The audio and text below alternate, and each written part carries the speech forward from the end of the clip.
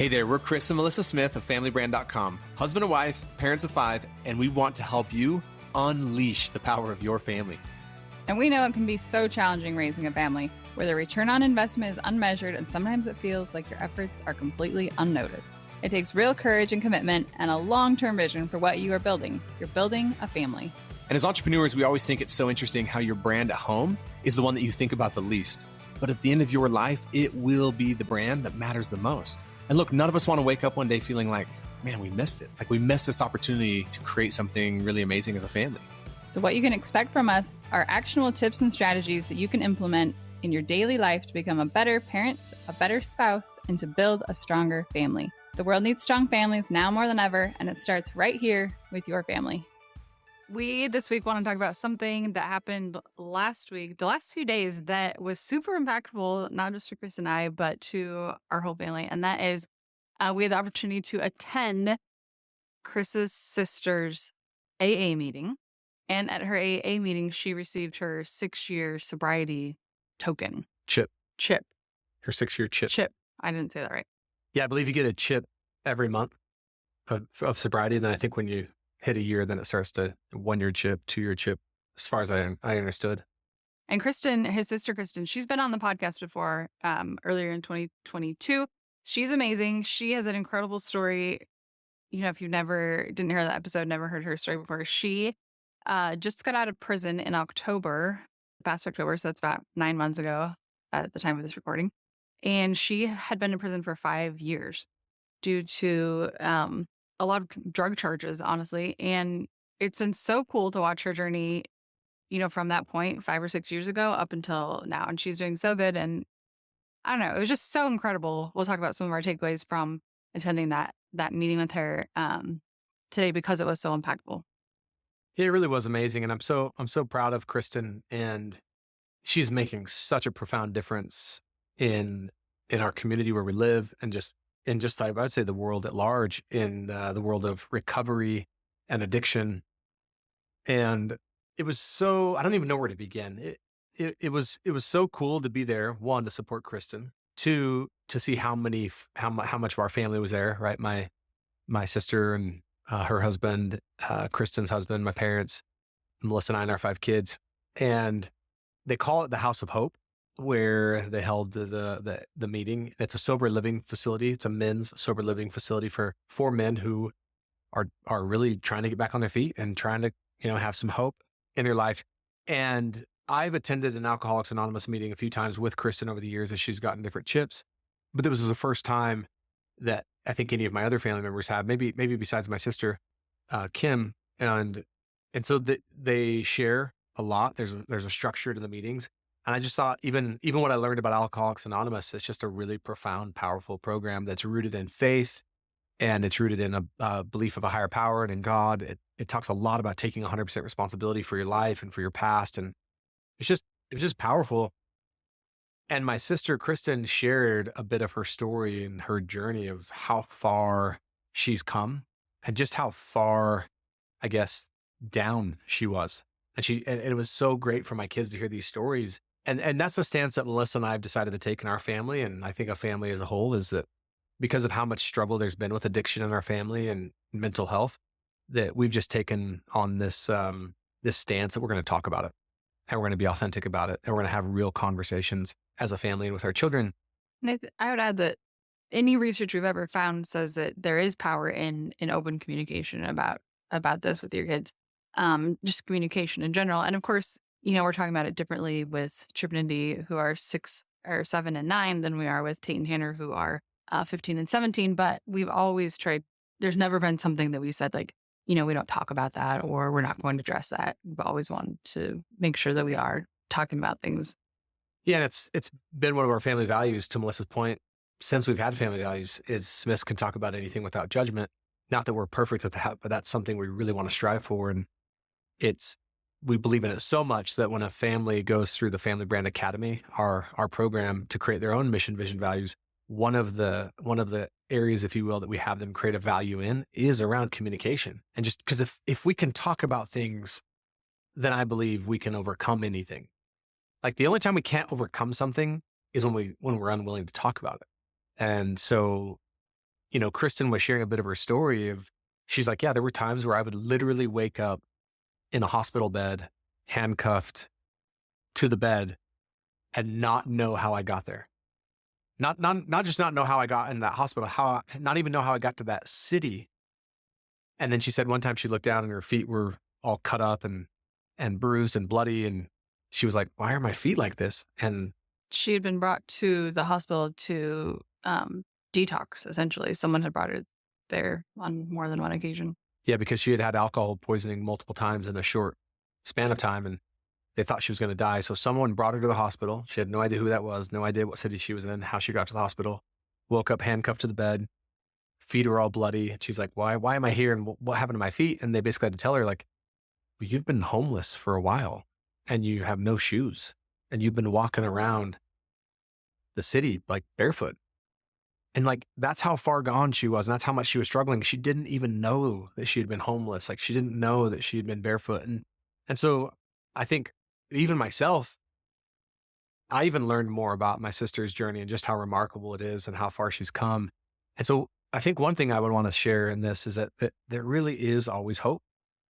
And look, there's a likelihood, because of how much this affects so many families, there's a likelihood that there's some of you listening who someone really close to you struggles with addiction or has. Maybe you're struggling with addiction. And I just want you to know that there is hope. And, one of the things that my sister talked about was, even at her lowest points and her lowest moments, people still showed up for her. And she talked about how her dad, my dad, our dad, has always been her biggest like advocate and champion, that no matter how badly she had mistreated my parents, that she knew she could always call and she knew my dad would always show up. And that's one of our family values as well. Smiths show up for each other. And I just thought that was really inspiring and really amazing, and made me think as a dad, like, that I want to be that for my kids, that I want to show up for them in the good times, in the hard times. She also talked about, though, how my parents were very clear to her that they got to a point where they would no longer enable her. And they drew some boundaries and some lines, which I think is really healthy. And yet when she reached out for help and was willing to be helped to some degree or another, they would always show up. And so that was inspiring for me. And I think it was really eye-opening to our kids for lots of reasons. And so I would just say that, like, there is always hope. And, and I think that when people are struggling with addiction, the easiest thing to do is to turn our backs on them. And what they really need more than anything is our continued love and support and belief. And that doesn't mean you have to enable them. And it doesn't mean you have to let them take advantage of you. And that's such a sensitive area that I won't even start to begin to give advice on that, but just, and to see that she's chosen to not allow her past to define her, but she's chosen to use her past to shape her and her mission today. And her outlook is like, look, I've caused a lot of harm and I've caused a lot of pain, a lot of hurt to my family and to that community. I want to go back to that community and make a difference. And she is, and it's super inspiring. One thing that I, kind of an aside here, is I've noticed, so one of our family values, Chris and I and our 5 kids, is Smiths show up for each other. And I think it's super cool how, I don't even know if Kristen realizes it, but she started adopting that as well. Like, she'll post it on social media, like, Smiths show up for each other. And I think that speaks to the power of developing, a family brand and family values, because not only is it affecting our family, but other members of our family are starting to, gravitate towards it and adopt it as their own and as their identity, and which I think is I thought it was super cool. Yeah, it is. And in the show notes, we'll link to her Instagram account, because she's just super inspiring to follow. And if you want to follow someone who's really making a difference, who's serving others, that will inspire you to probably maybe serve more and give back more and get involved in your community. Yeah, she's an inspiration for sure. Another thing that I thought was just so amazing being there is, obviously it wasn't just my sister, Kristen. It's a group of, these individuals who meet regularly. And there was a guy there who just received his 3-month sober chip So Mhm. it was just so cool to see that here you have someone who's 3 months sober and celebrating that person and just, and the whole time I'm sitting there, I'm just sending like positive vibes and trying to bless this guy and just, hope the best for him. And then you had people at the table who had been 20 years sober, 2 days sober, and everything, everywhere in between. And I think for me, I just walked away feeling like, man, we are all human. Like, I mean, I truly believe we're all infinite divine souls having a human experience, but that is the thing that unites us is we are all having the human experience Mhm. and we all struggle in our own ways.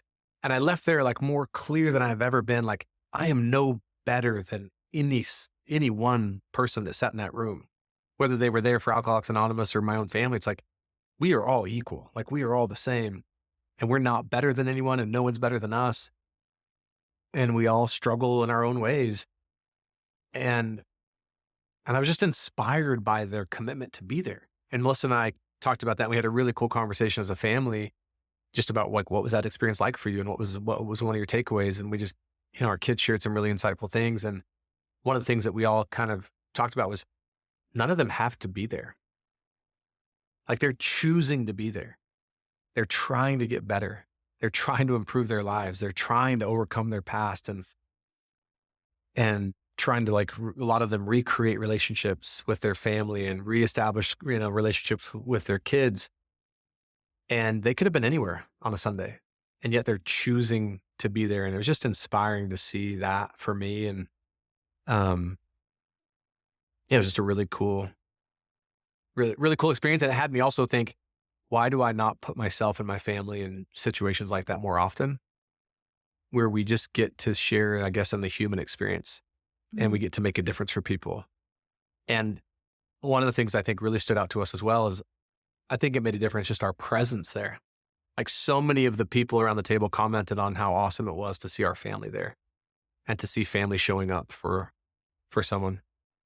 Yeah, another thing that I'm thinking about as we're talking here is I know, like, I don't know, obviously, everyone's story there, but it reminds me of this book that I read recently by Bruce D. Perry and Oprah Winfrey talking about the book is called What Happened to You? And it's kind of this idea of sometimes when we see people, maybe who are on the street or maybe who are homeless, that we're like, get it together. Like, what's wrong with you? And it kind of flips this idea on its head, saying the question we should be asking is, what happened to you? Mm, Um, because a lot of times, if you look back, like in these men, in anyone's life, and in this context, these men's or Kristen's life, it's like usually like something. If we ask the question, "What happened to you?"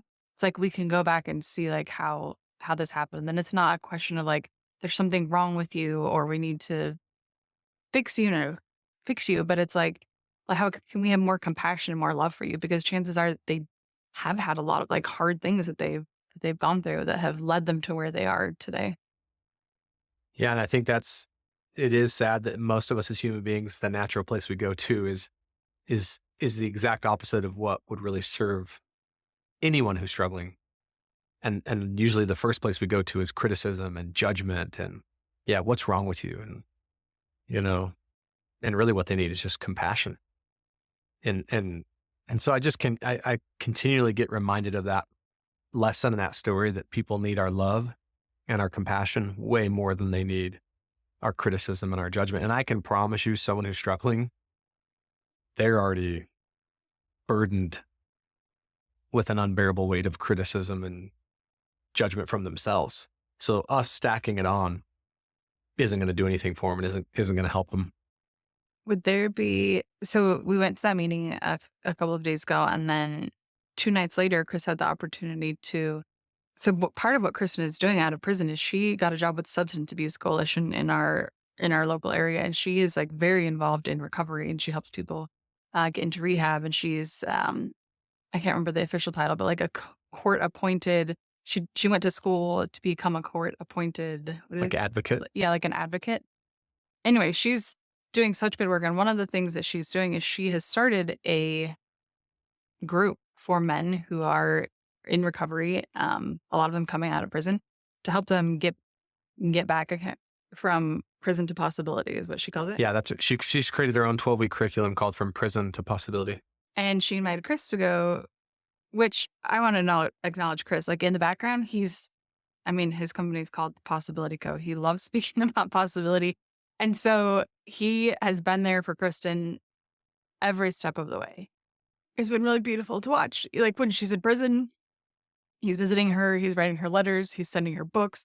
And when she talks about it, she says a lot of those conversations and those things that he sent her changed her life. And of course, she did the work herself, but it was because she had Chris in her corner, sending her those things, speaking possibility into her. And it's no coincidence that her curriculum is called From Prison to Possibility. And a lot of that was influenced by Chris. And he was just such a beautiful demonstration of doing the very thing we're talking about, is showing up. He's not just like talking about it, he's actually doing it. And so he got the opportunity to go speak to her first group. This is her first group that she's taking through her curriculum. I think they're about at week 4 or 5. What would you, I didn't attend that. Chris just went on his own to support Kristen and speak to these men. What was your experience like? What would you want to say about it? I think the first thing I would say is that I just believe everyone deserves to have someone speak possibility into them.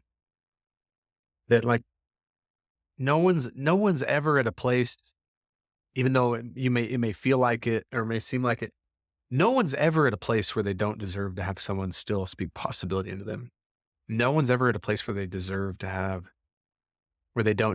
someone who still believes in them. And so I love that they call it the House of Hope, and that's literally what they provide. And to Melissa's point, like Kristen, she'll go pick up people straight from jail and help them get clothes, help them get a driver's license, help them get a job, it's just amazing. And these are people who actually need the most help. And I've shared this quote before, but like those who are the hardest to love need it the most. And sadly, often the people who are the hardest to love receive the least amount of love. But it's the one thing they need the most. It's the one thing that actually has them have a chance of making it. Like you take someone who's struggling, you take someone who has very little self-worth, or you take someone who's an addict or who has a really rough past, you'll never criticize them into possibility. You'll never judge them into a better life. You'll never scold them into wanting to change. You'll never lecture them into self-worth. Like the only chance they have is love. And even then, that sometimes isn't going to do it. But it's the only chance they got. The only chance they have is they can be loved back into possibility. They can be loved back into self-worth. They can be loved back into a desire to change. And not just from outside, from others, but also like learning to love themselves. And so, I had the opportunity to go speak last night at the House of Hope. And so it's a men's sober living facility, and I just loved it. And I think the reason I loved it so much and I came back so inspired and also felt very emotional was just like, again, it just reaffirmed to me that I'm way more like these guys than I'm not. And these guys are way more like me than not. We just had different struggles.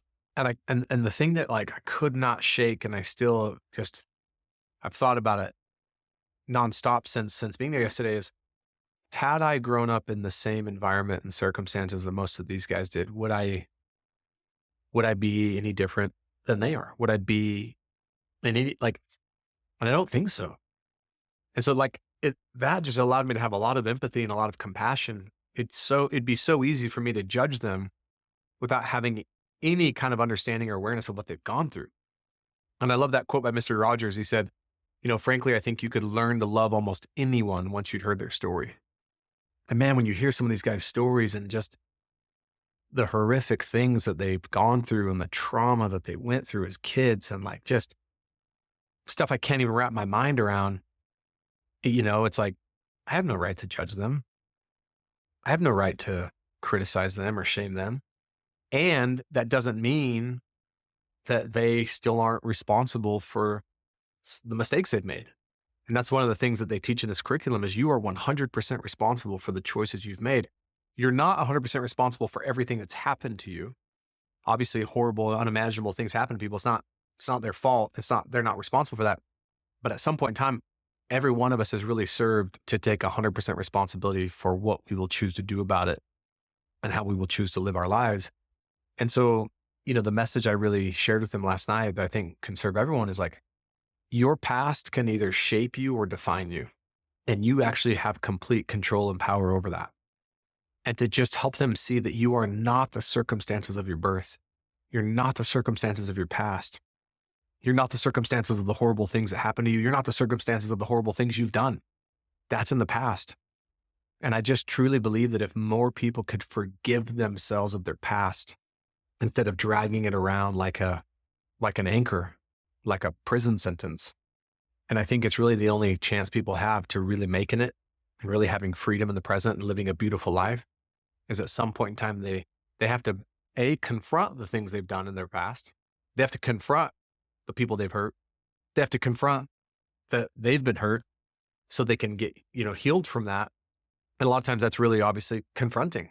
And a lot of men share that. It's like, yeah, for years, I just tried to run from it. Like I didn't want to go back and revisit the horrible things that had been done to me. I didn't want to go back and revisit the horrible things that I'd done. But by not going back and confronting it, it just continued to like run my life and dominate me. And it would always sabotage me. And so there's this idea of confronting that past, not to like live in it, but to make peace with it.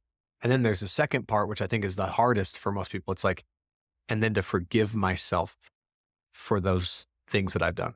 And I just shared with them this idea that like, I believe God's already forgiven us, but none of that matters if you can't forgive yourself. And so I just walked them through some steps in the process that would help them forgive themselves of the things they've done.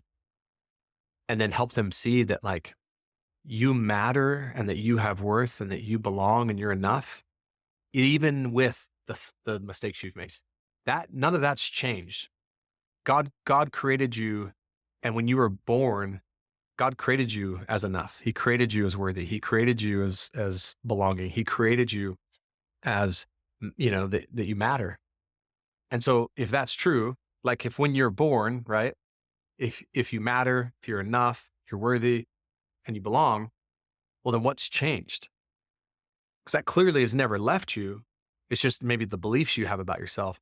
And so I also shared with them, like, it's okay to say nice things to yourself about yourself. And yeah, there were just men in there who, you just look at some of these guys and they're just like, they're, super talented, amazing personalities, like, good looking guys, like, not that that matters, but you just look at some of these guys and you're just like, man, like, and then you hear their stories and what they've gone through. And it's just, and so I definitely want to do a lot more of that. I want to, speak possibility into people, and I really want to help them I want to do everything in my power to help people really understand that you can overcome your past. You can forgive yourself of the things you've done, and you can create a new identity for yourself or just reclaim the identity you were born with. And that identity is that you matter, you're enough, you're worthy, and you belong. And I think that's all we can do for people. Yeah, I just want people to know that like, there's always possibility. Like no matter how bad life gets or no matter how much limitation there seems to be around you, like there's always possibility that you can tap into. And so, yeah, I'm grateful for that experience. And I learned a lot more from those guys than they learned from me last night. And my sister, Kristen, just texted me a little while ago and she says, "You're a celebrity on the halfway house scene." And I said, "I've arrived finally." But no, I'm super grateful to have that opportunity to go there.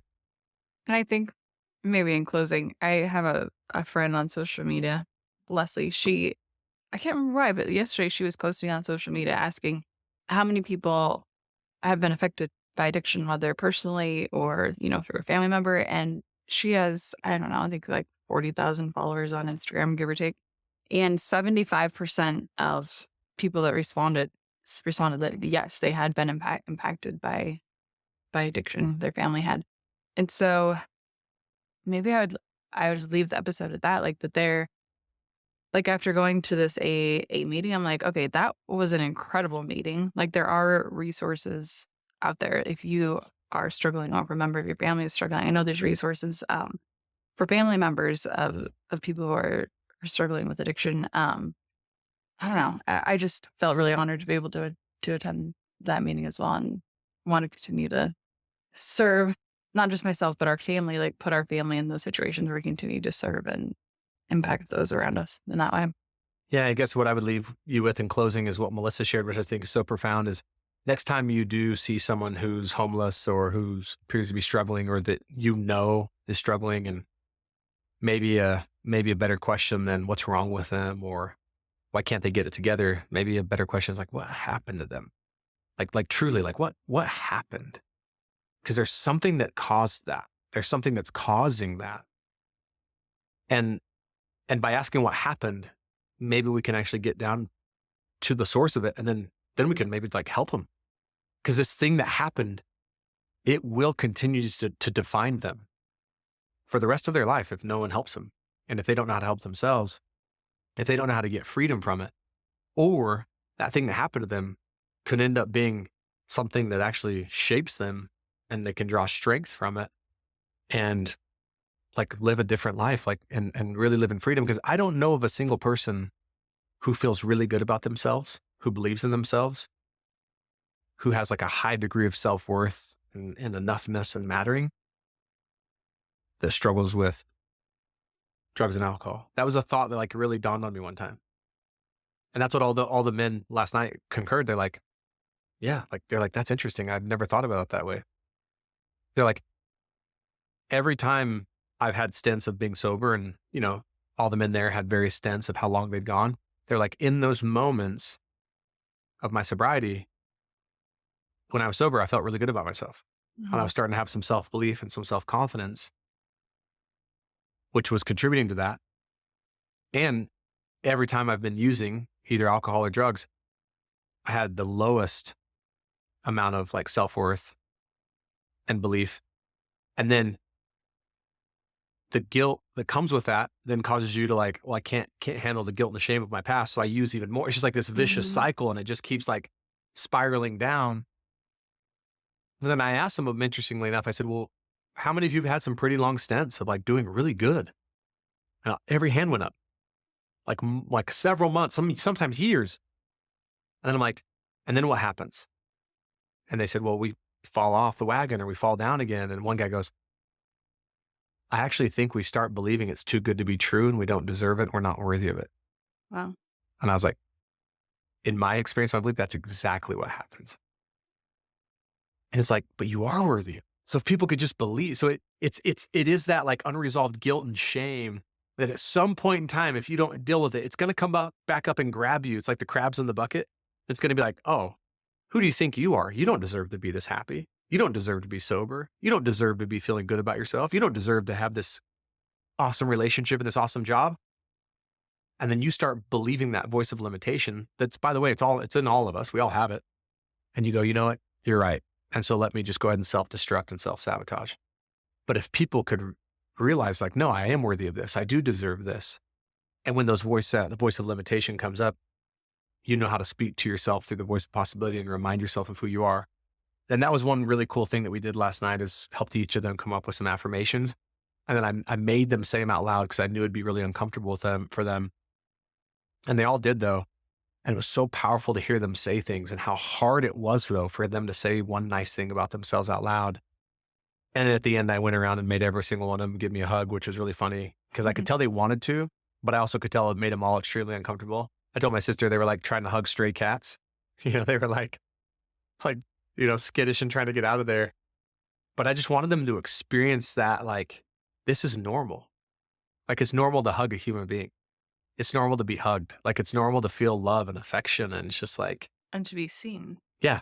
It's like, and I would look at each of them and like, look at them, make them look at me. And like, and that was healing for me, And so I want more of that in my life, and I want to help more people. So sorry, Melissa just said a little while ago in closing, and then I troned on, but.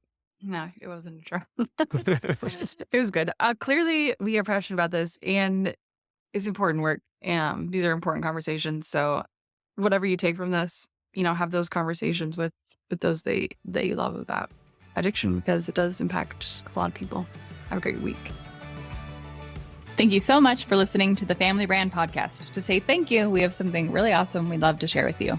You know, we often hear from families who will tell us that they just feel so overwhelmed because of the demands that are placed on them. They feel like they're constantly being pulled in so many different directions and spread thin, and they're spending time as a family, but they don't feel like it's quality time. They're not really connected, and they want to be more intentional. And we can certainly relate because we felt like that at one point in our family. And so we created a guide that allowed us to really be more confident around how we spend time as a family and what we say yes to and what we say no to. And it's just brought so much more peace into our home. It's made our lives so much more simple, and we want to share it with you. So if you go to familybrand.com/free, you can download the How to Take Back Your Family's Time guide. And I can promise you it'll give you more confidence and more peace in your life and in your family.